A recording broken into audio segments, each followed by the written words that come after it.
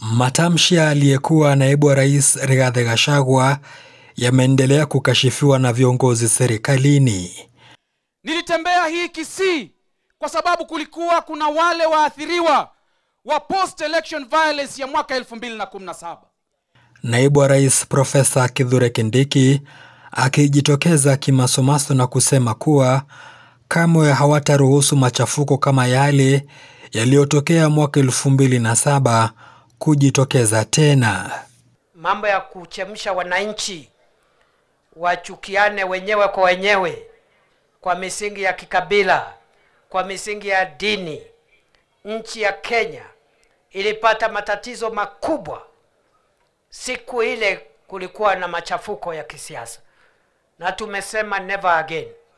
Hatutakubali nchi yetu tena ndugu ainue silaha kupiga ndugu mwingine Mkenya mwenzake. Pia amewarai wanasiasa kusubiri wakati wa kampeni na kusaza siasa za mapema. Usemi huu ukija wakati ambao baadhi ya viongozi kutoka eneo la Kisii wamekuwa kimuunga mkono aliyekuwa waziri wa usalama wa ndani Daktari Fred Matiang'i.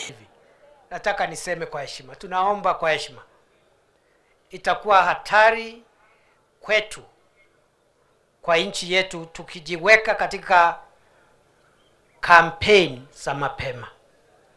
Tungojee tu kidogo, siku ya kampeni itafika. Kwa sasa tulize boli, tushughulikie, tushindane mashindano ya kutafutia Wakisii barabara na stima na masoko na kazi ya mitandao ya vijana. Wakati wa kampeni there is no problem, itafika. Alipotua katika kaunti ya Kisii, Kindiki ametangaza kuwa serikali imeanzisha mradi wa National Youth Opportunities Towards Advancement almaarufu NYOTA. Mradi huu ukitengewa takriban bilioni 28 na ambazo wanatarajia kusaidia vikundi 70 katika kila wadi ili kujiinua kimaisha. Tuko na program kubwa ya wanabiashara vijana inaitwa NYOTA.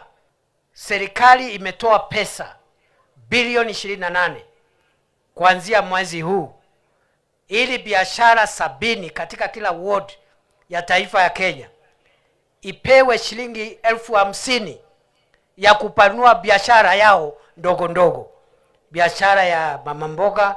Zablon Macharia, Undugu TV.